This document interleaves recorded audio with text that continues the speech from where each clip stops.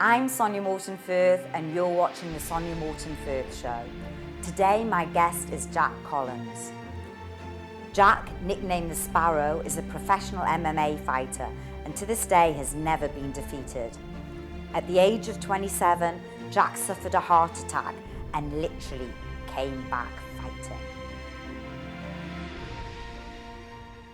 Jack, thank you so much for being a guest on my show. I'm really excited to have you here. I'm really excited to be here. I'm looking forward to this. So Jack, what got you into being an MMA fighter? How did it all start? It actually all happened by accident. I was living in Bromley at the time and I was just walking past a local gym, just doing my normal routine. And I just saw this jiu-jitsu class happening and I was like, oh, look at these guys in all their silly kimonos and pyjamas. Yeah. I wonder what that's about. And I just see this dude get flipped. I was like, that looks interesting. I want to learn to do that. And I just popped in and said hello and it was like, how do I get involved? And it sort of all stemmed from there. And So did you start with jiu-jitsu and then go on to MMA? yeah, or? so it was a form of jiu-jitsu. It was an old traditional Japanese style of jiu-jitsu, which I didn't even know there was a difference at the time. And I started with that for about 6 months and then I started progressing into further waters, into Brazilian jiu-jitsu, and I found some Muay Thai and I was like, this is awesome. Wow. I've got to keep going with this. But I didn't ever think I'd do anything with it. Yeah. It was just pure hobby. I just love sports, so this was great for me. And how old were you when you started doing it? So 2011, I would have been 21. And so tell me what happened after that. So you started as this as being your hobby, and obviously it sounds like it's not your hobby at the moment. Well, you obviously won like four games, and you're now professional.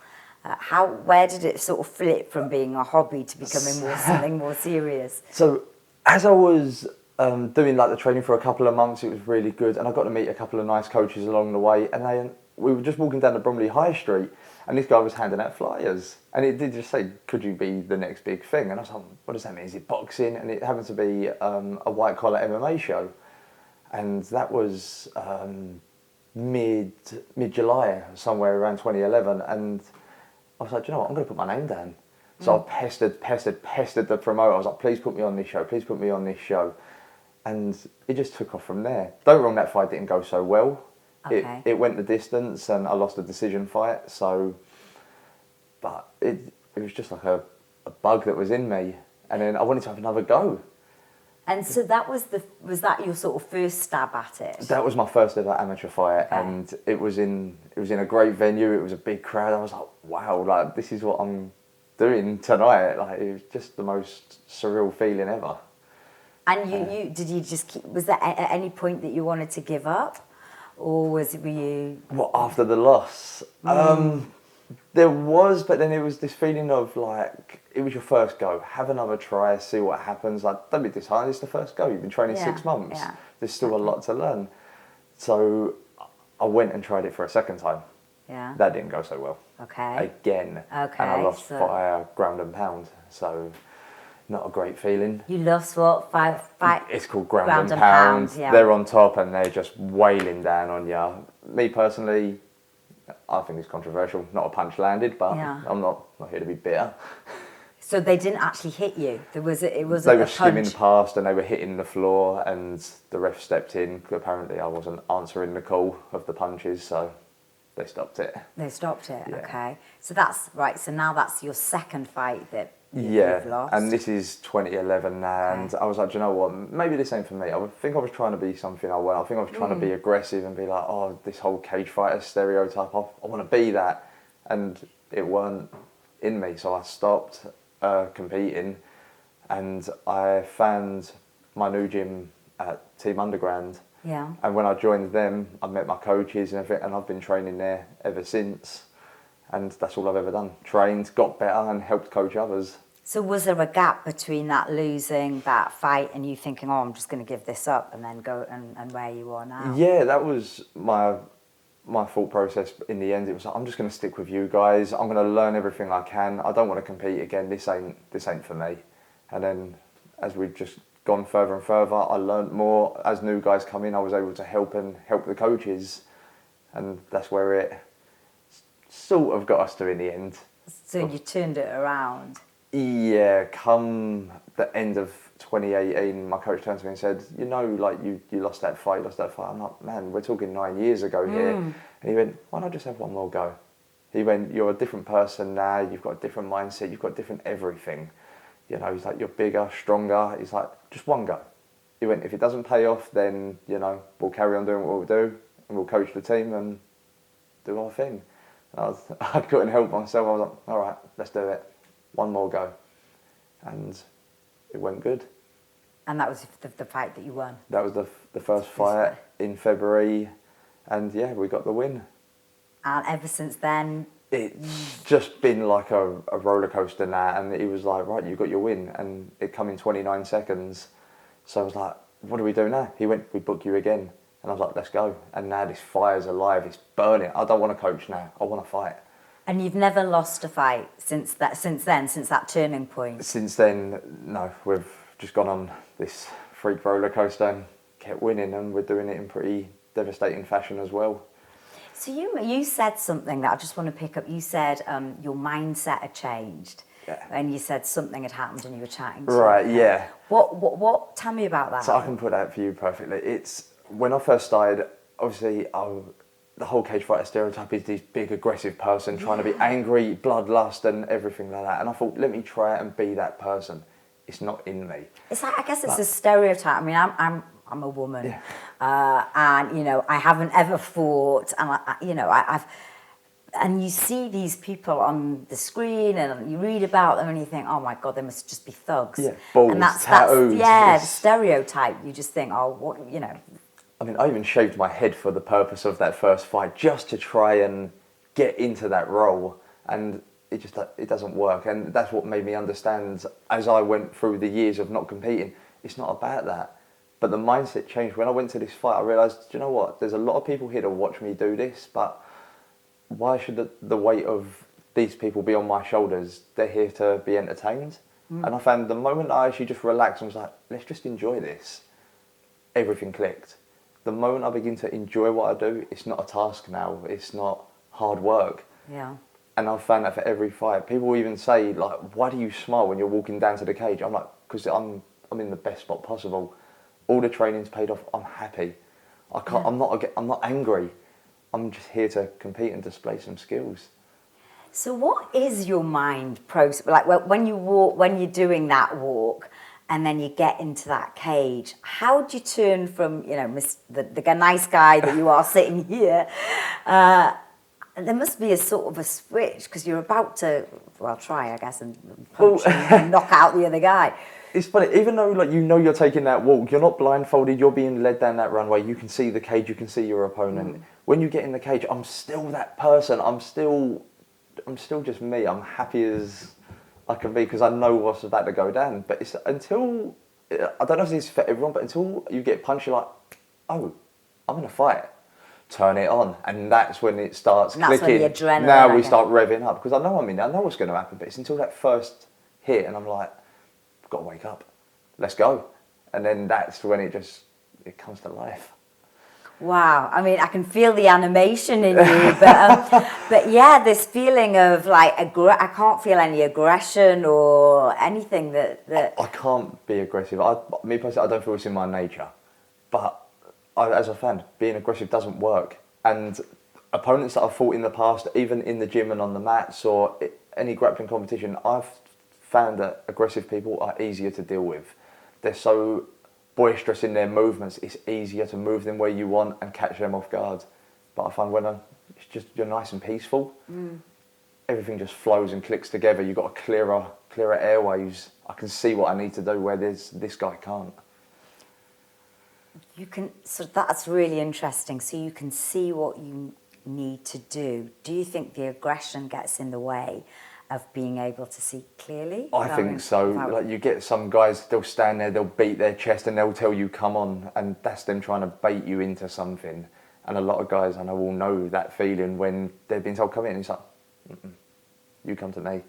And then they come steaming in, it's a lot easier to move around them. They're stiffer, they're heavier. They're going to throw heavier punches, you can move faster. And my personal thing is when someone comes in heavy and aggressive, I like to shoot down for the legs and put them on their back. By that time, They can't do nothing else. They're angry, but they're laying on their back.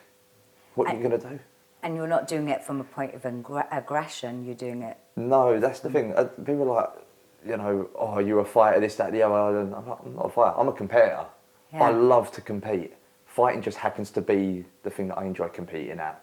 That's really strange you say that. So I interviewed Alex Reid a while ago, and he said a very similar thing. He said, I'm not a fighter.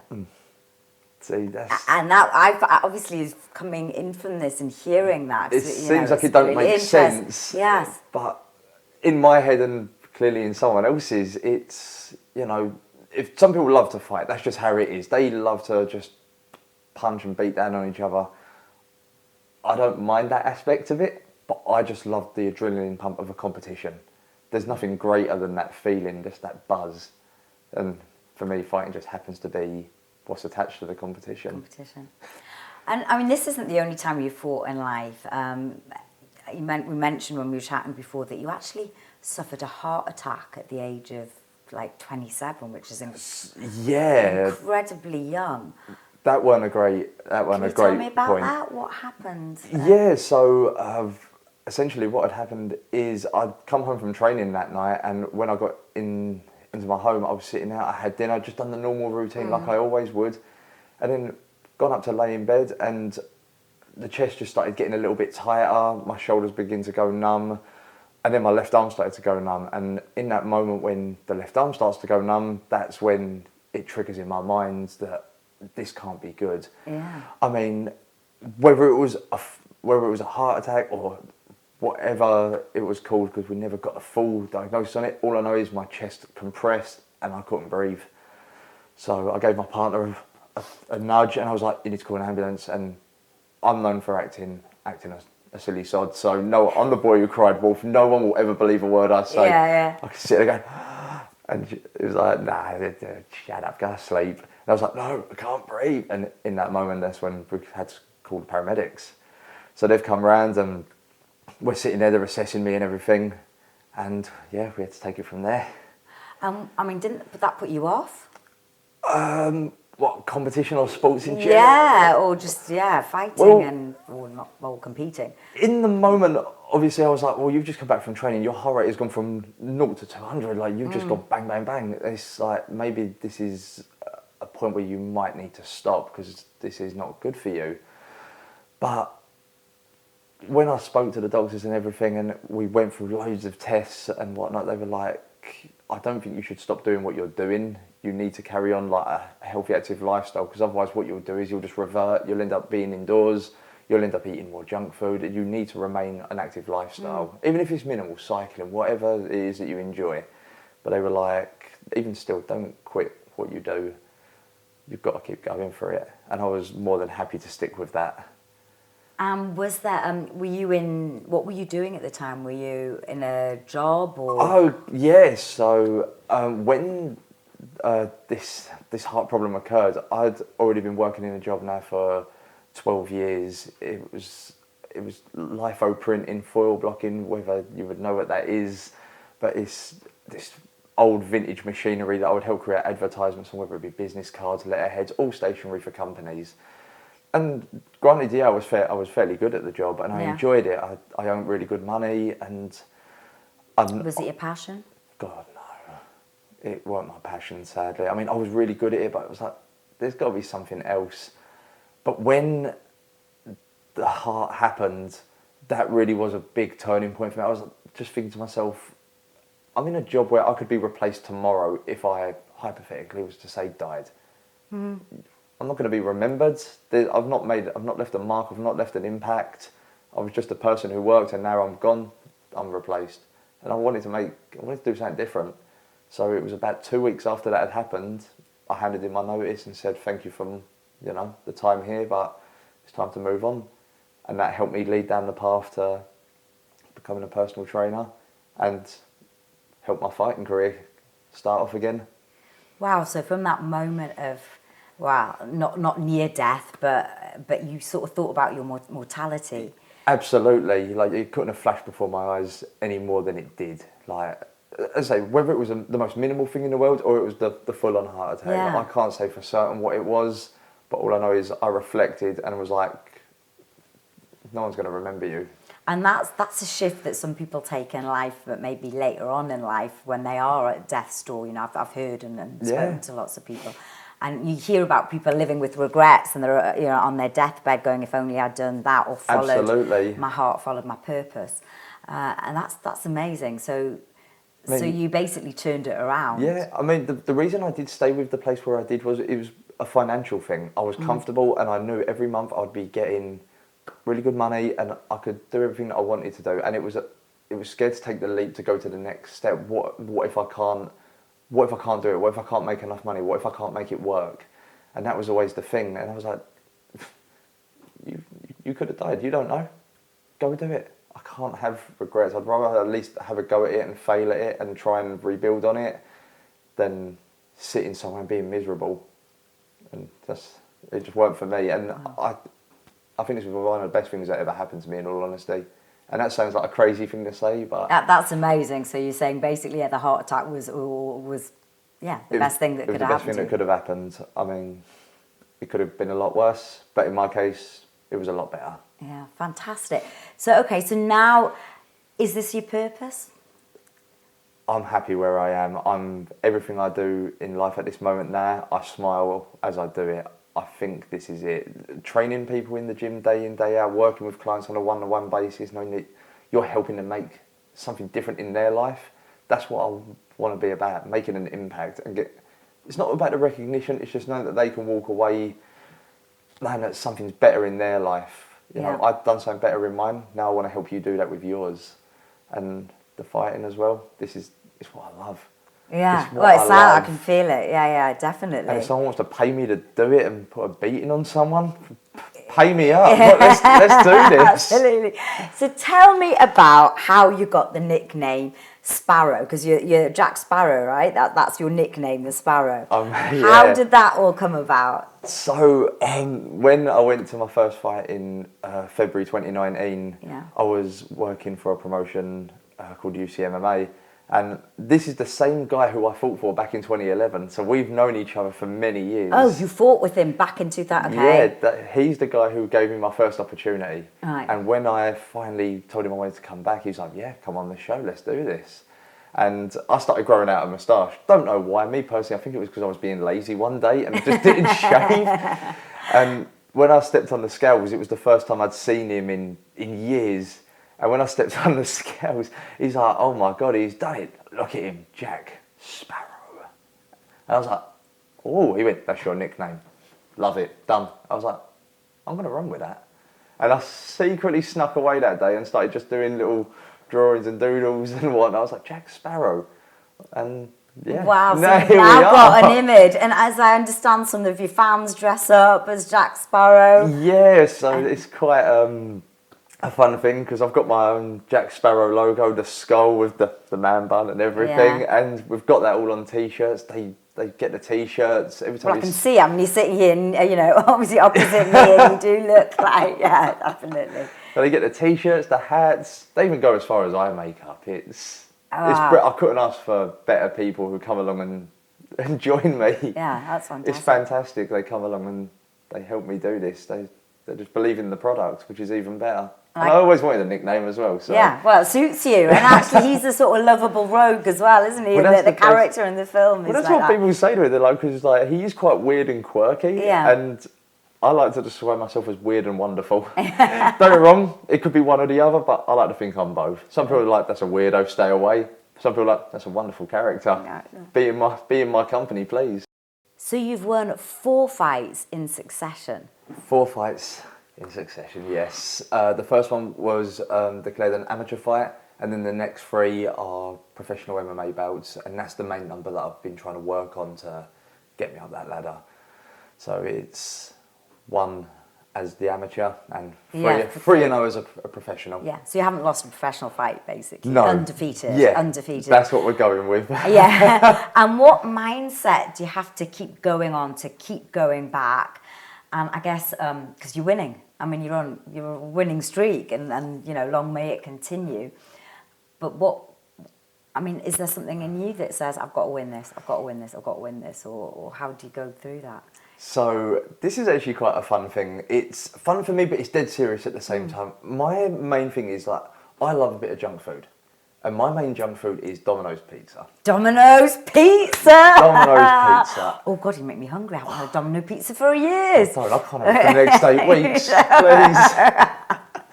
But my thing is, one of the things that I like to tell myself is, at the end of each fight, if you win, or even if you don't win, but you do the best you absolutely did, and you come back with no fault, you can have pizza tonight.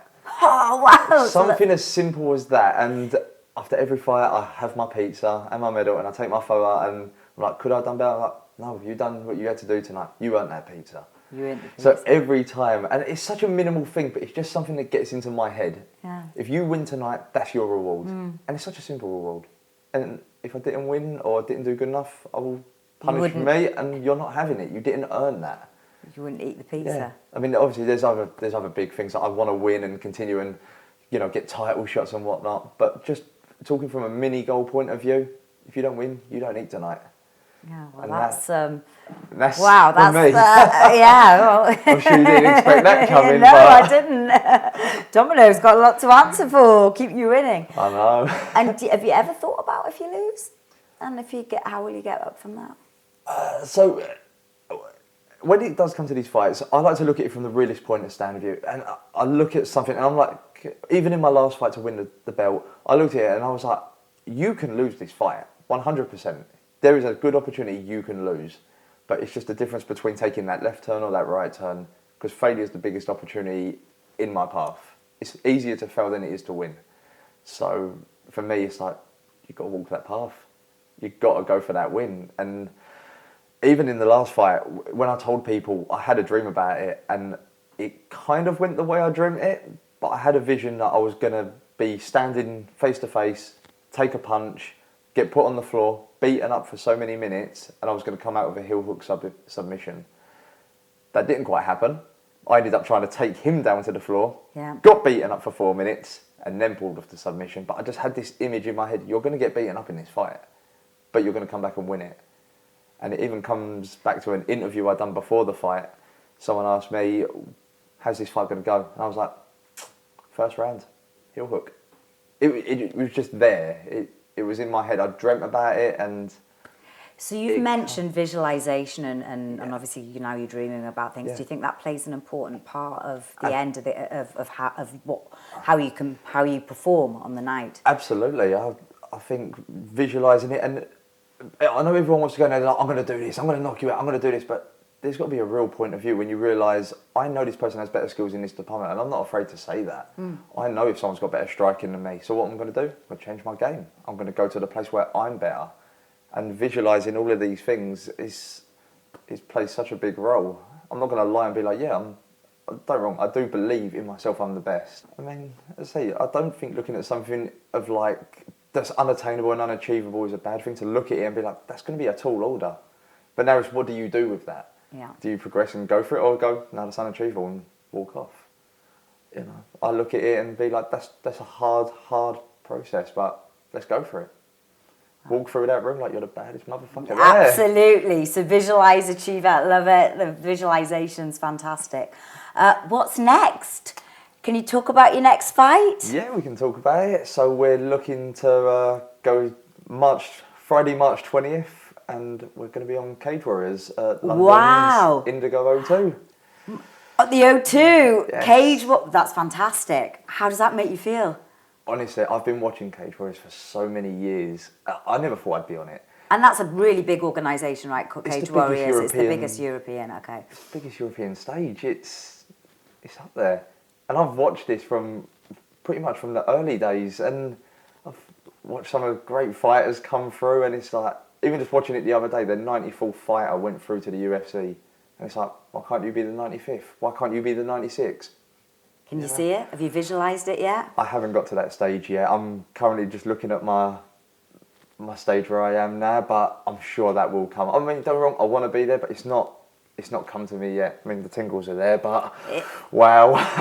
But that's part of it, isn't it? Because if you feel it that's it. And your whole body reacts, just then to say them 3 letters, and it just sends shivers. But I'm shivering. I can feel it as well. Your energy's obviously passing over. But for now, Cage Warriors is where I want to be. This is amazing. It's just that opportunity to get them yellow gloves and be paid for your services.